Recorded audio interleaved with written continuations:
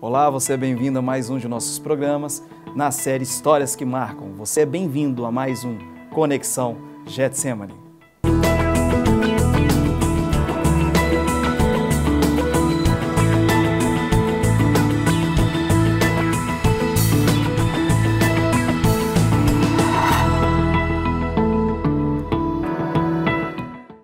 Olá, hoje contamos com a participação honrosa do professor Eduardo Gonzaga, professor, historiador e também teólogo e conferencista. Seja bem-vindo, professor Eduardo. Obrigado, é uma honra estar aqui, um prazer estar aqui. Prazer é todo nosso. Você aí de casa não sabe a honra que é tê-lo, uma pessoa tão assim preparada para falar de um assunto legal e de uma história que marca, que é a história de Israel, não é mesmo? Uhum. Professor Eduardo, quem é o professor Eduardo? O pessoal de casa fica sabendo melhor. Ok. Eu sou pastor desde 1989, já abrimos alguns trabalhos evangélicos, igrejas por aí, e estudo a história dos judeus e política internacional há uns 25 anos. E também dou aula no seminário teológico aqui do Koinonia, na Getsemane, já dei aula no Diante do Trono da Lagoinha, e onde mais nos convidam, né, para a gente contribuir com o que a gente aprendeu. Que legal. Além de dar aulas periódicas no seminário, você também dá conferências, né? Sim. Depois nós vamos falar mais a profundo disso. Okay. Agora, como que o senhor se interessou em lecionar? Como que veio a ideia? Eu quero lecionar. Na verdade, a primeira vez que eu fui dar aula de história mesmo foi porque a igreja que eu pertencia, começamos uma escola e faltava um professor de história. Como eu sempre gostei de história, sempre estudava e era teólogo, eu fui dar aula de história e fui para a faculdade, fiz curso de história e me tornei um historiador por causa disso. Olha, você então deu aula de história, nível básico, antes de se formar no curso superior de história. Essa formação é história, teologia. Exato. Eu comecei a dar aula e fui fazer o seminário. Sim. A faculdade de história. Então, no começo eu tinha uma licença para dar aula. Depois eu dei aula 12 anos para o ensino fundamental e médio, escrevi todo o livro didático da escola, fiquei 4 anos, madrugada, fim de semana, escrevi todo o material didático com viés cristão. Era o nosso propósito na época, objetivo. Qual escola que era? A escola cristã Verbo Vivo. Verbo Vivo. Tá vendo, meu irmão?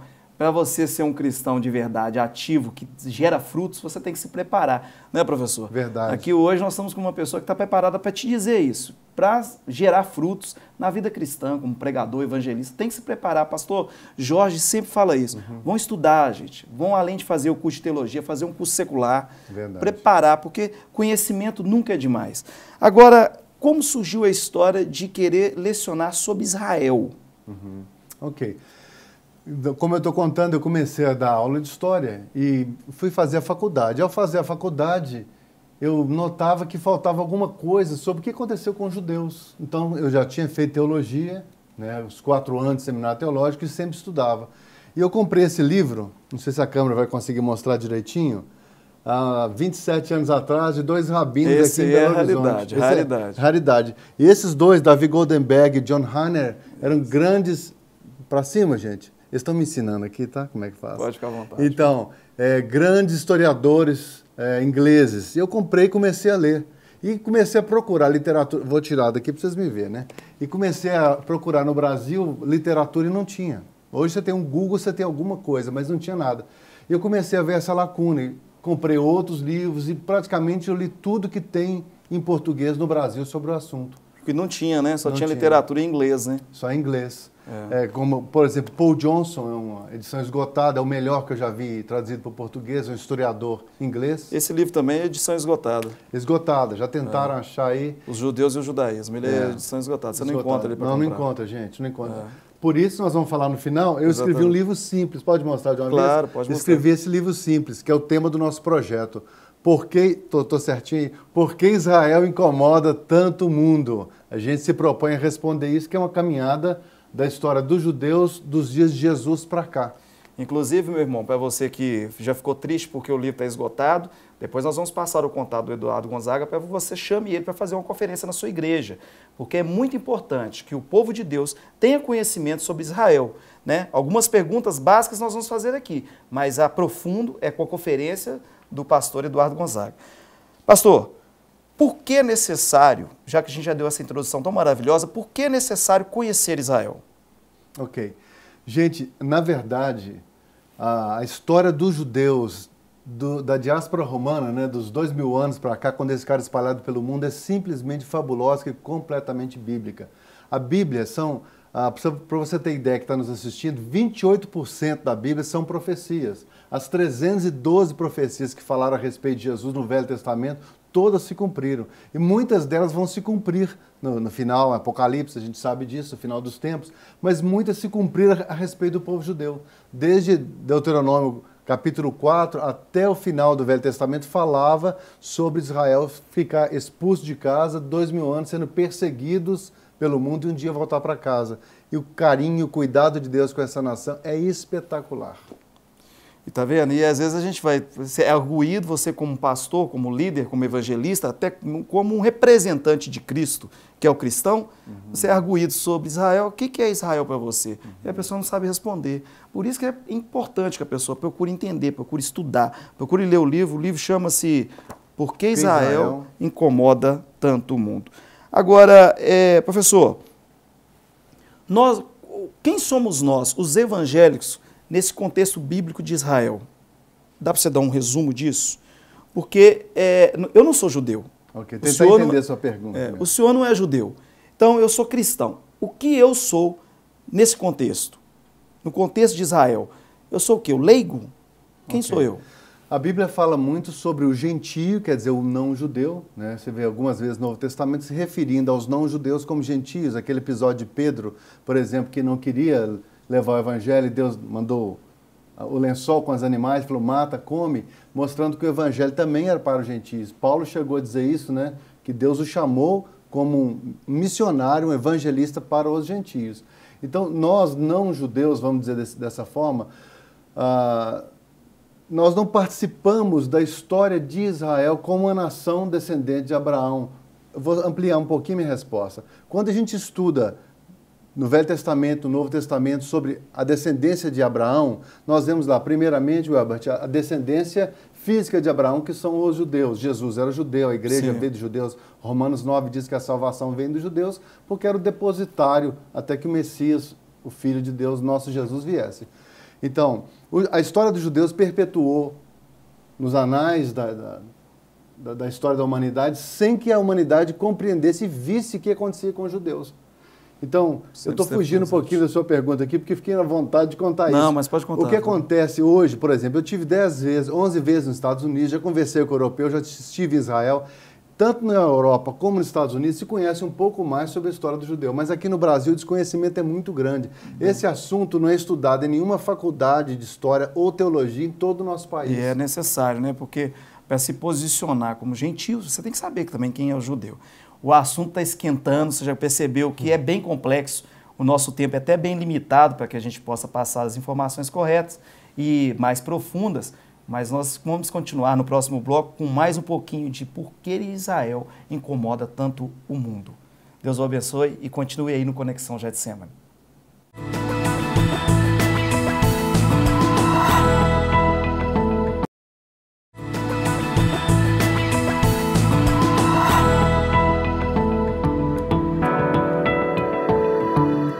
Olá, seja bem-vindo a mais um bloco do nosso programa. Hoje, com a honra de recebermos o professor Eduardo Gonzaga, professor, pastor, historiador e teólogo.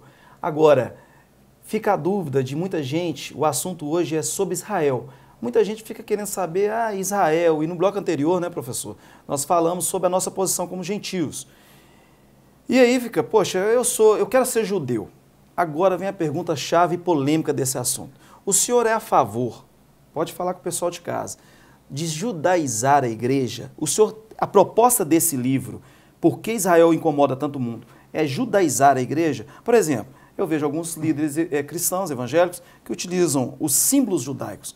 O que o senhor tem a falar sobre isso? Honestamente, eu tenho uma dificuldade grande de apoiar esse tipo de atitude dos irmãos que fazem isso. Primeiro, eu não estou judaizando a igreja absolutamente, né? Já conversei até com o pastor Jorge Linhares sobre isso. Nosso objetivo não é judaizar a igreja, eu não sou judeu, eu não falo hebraico. Muitas pessoas acham que eu falo hebraico, que eu conheço toda a estrutura de Israel. Não. Eu não conheço toda a estrutura cultural, a minha área é história e a palavra de Deus. A minha paixão por esse assunto é para preencher essa lacuna no Brasil, que não se estuda a história do judeu uns 2000 anos para cá. Então eu não uso kippá, não uso talit, não falo hebraico. Eu não acho que nós devemos fazer isso, não. Tudo tem seu momento, né? Você vai querendo fazer uma representação, tudo bem, mas aquilo não significa que você é mais sagrado ou menos sagrado. Né? Exatamente isso, Elbert. O maior problema nisso, que eu já estive em várias comunidades assim, de irmãos queridos, é que entra um misticismo a respeito da simbologia, das vestimentas, das coisas que tipificam a cultura judaica. Né? Isso. E não é o nosso objetivo. Não, esse, absolutamente. Né? Agora me responde, qual a diferença do judeu tradicional e do messiânico? O judeu tradicional, ele conserva a cultura e a religião dos seus pais. A Torá, né, seria o nosso Velho Testamento, dizendo para o português aqui, o brasileiro gentio. Mas o judeu messiânico é o judeu que se converte a Jesus. Então existe o judeu que acredita em Jesus. Existe, e hoje em Israel tem várias igrejas, são centenas de comunidades que se converteram, são judeus cristãos que estão em Israel. É mesmo. E eles já então acreditam no Novo Testamento. Sim, já acreditam que Jesus é o Messias esperado. A nação de Israel como um todo não acredita nisso. Elas estão esperando o Messias chegar. Existe uma polêmica entre os dois grupos, né? Exato. Enorme. Outra coisa, tem muitos judeus messiânicos fora de Israel também. O que está chocando a comunidade cristã mundial é pensar que muitos judeus que residem em Israel estão já aceitando Jesus como Messias, porque isso não é uma coisa cultural ou intelectual, isso é um trabalho espiritual. O Espírito Santo é que mostra. Né? Em 2 Coríntios 3, quando Paulo fala que havia um véu no rosto de Moisés, e até hoje ele diz que tem. E quando esse véu é tirado é quando o judeu se converte. Está vendo a importância dessa participação do professor? Tem muita coisa que fica na cabeça da pessoa e começa a falar lendas, né? Começam a se criarem lendas. Agora, o que é a diferença entre o antissemitismo o que é, na verdade, o antissemitismo e o sionismo? Ok. Antissemitismo significa o ódio e aversão aos judeus. Por quê? Porque Sem, filho de Noé, foi abençoado e diz que Jafé ia habitar nas tendas de Sem, está lá em Gênesis, capítulo 9. Mas, então nós sabemos que, etnicamente falando, os judeus são os descendentes diretos de Sem, daí são semitas. Antissemitismo é ódio contra os judeus. A expressão antissemitismo foi cunhada há mais ou menos 150 anos atrás, ela é nova. Né? O antissemitismo sempre existiu na história e a Bíblia sempre contou que existiria. Deus nunca escondeu. Mas a expressão utilizada é recente. A expressão é recente. E o sionismo? O sionismo foi todo o movimento de voltar para Sião. Né? Começou em 1881, quando os judeus começaram a sair, principalmente os judeus da Rússia, que eram 4 milhões de judeus perseguidos pelo governo do czar, começaram a sair de lá e voltar para casa. É uma longa história. E o pai do sionismo é o Theodor Herzl, que em 1893 criou o primeiro congresso sionista em Basileia, na Suíça, apoiando a volta dos judeus para casa. Interessante, nesse congresso de 1893, Theodor Herzl falou que em 50 anos haveria um Estado judaico oficialmente na Palestina. E aconteceu. Em 1947. É muito mais que histórico, meu irmão, é espiritual. E você está tendo a oportunidade aqui no Conexão de Getsemane de ter uma aula sobre isso, para não ficar falando coisas que não tem nada a ver com a realidade. Continue aqui, no próximo bloco teremos a oportunidade maravilhosa de falar mais um pouquinho com o Eduardo Gonzaga. Até mais. Pode clamar que ele vai te atender. Pode clamar que ele vai te atender. Pode clamar que ele vai te atender. Você clama, Deus responde, traz a bênção pra você.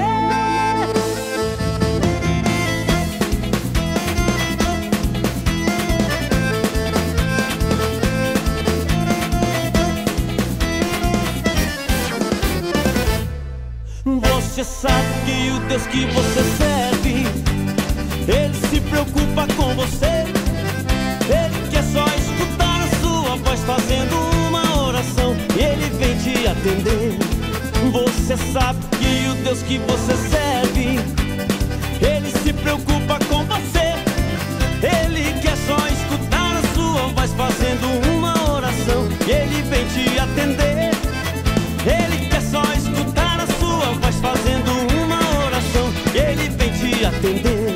Pode clamar que Ele vai te atender. Pode clamar que Ele vai te atender. Pode clamar que Ele vai te atender. Você clama, Deus responde, traz a bênção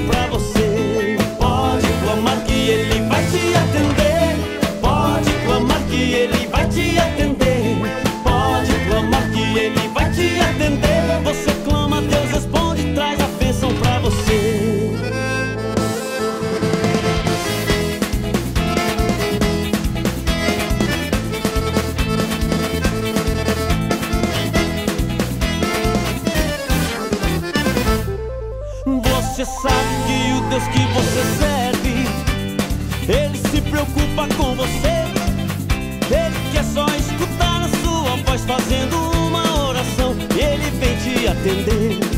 Você sabe que o Deus que você serve, Ele se preocupa com você. Ele quer só escutar a sua voz fazendo uma oração, e Ele vem te atender. Ele quer só escutar a sua voz fazendo uma oração, e Ele vem te atender. Pode clamar que Ele vai te atender.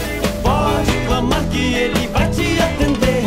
Pode clamar que Ele vai te atender. Você clama, Deus responde, traz a bênção pra você. Pode clamar que Ele vai te atender. Pode clamar que Ele vai te atender. Pode clamar que Ele vai te atender. Você clama, Deus responde, traz a bênção pra você. Pode clamar que Ele vai te atender. Pode clamar que Ele vai te atender. Pode clamar que Ele vai te atender. Você clama, Deus responde, traz a bênção pra você.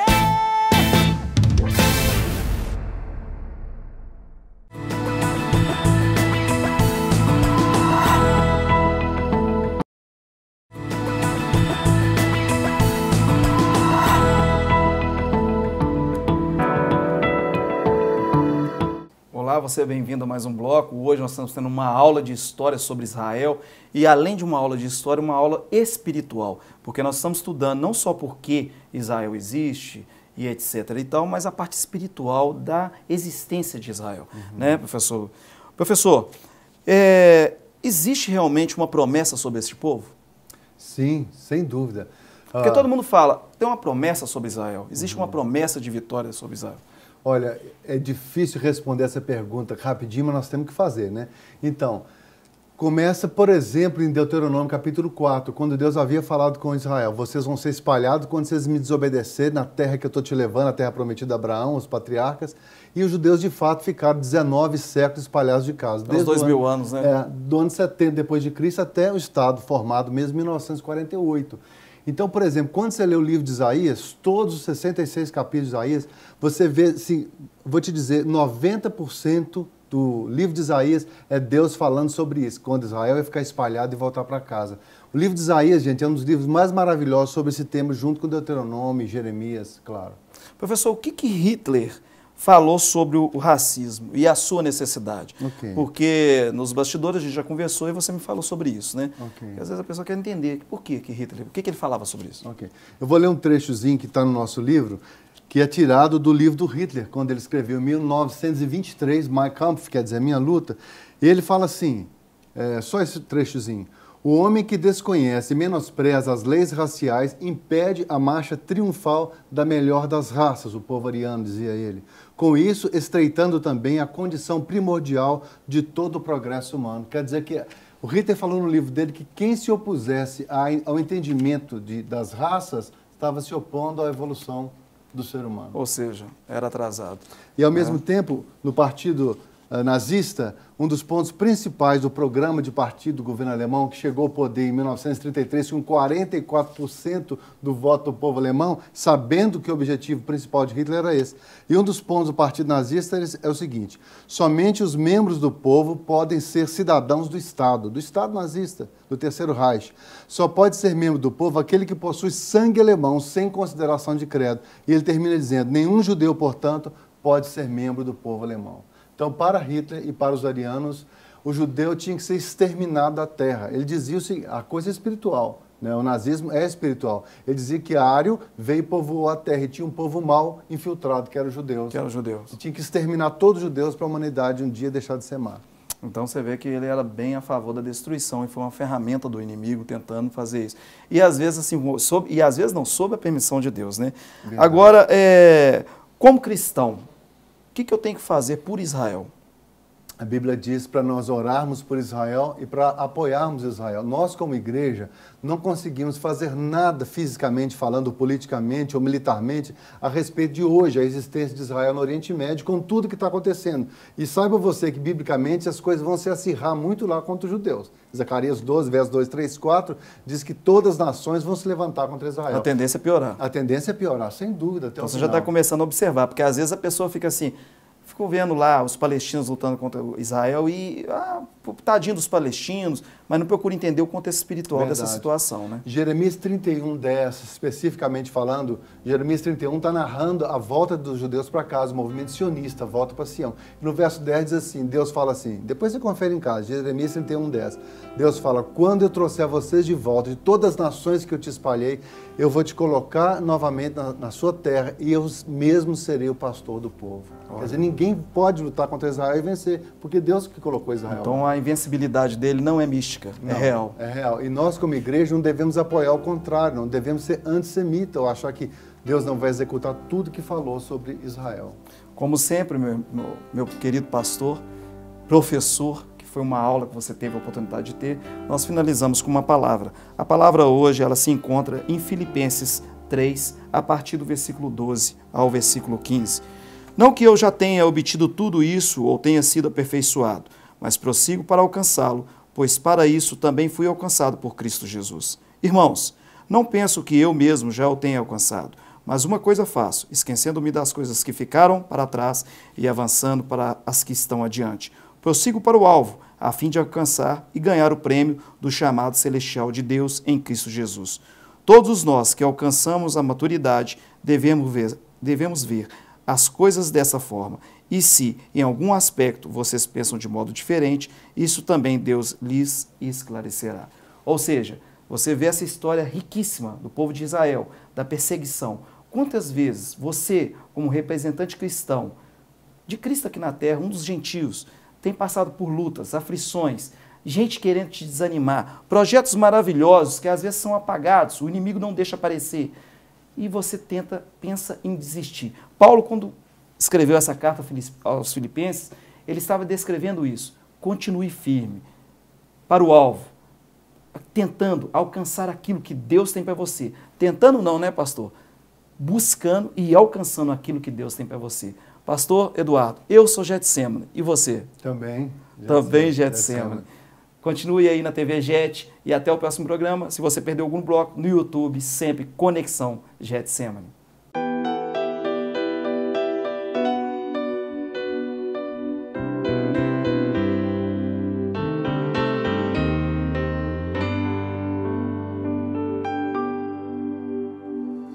Eu só quero exaltar teu nome, te bendizer por tudo que tu és. Usa minha voz, faz de mim um instrumento teu. Faz chover no meu coração, molha esse deserto e põe um fim. O vento faz soprar, levando tudo que há de mal em mim.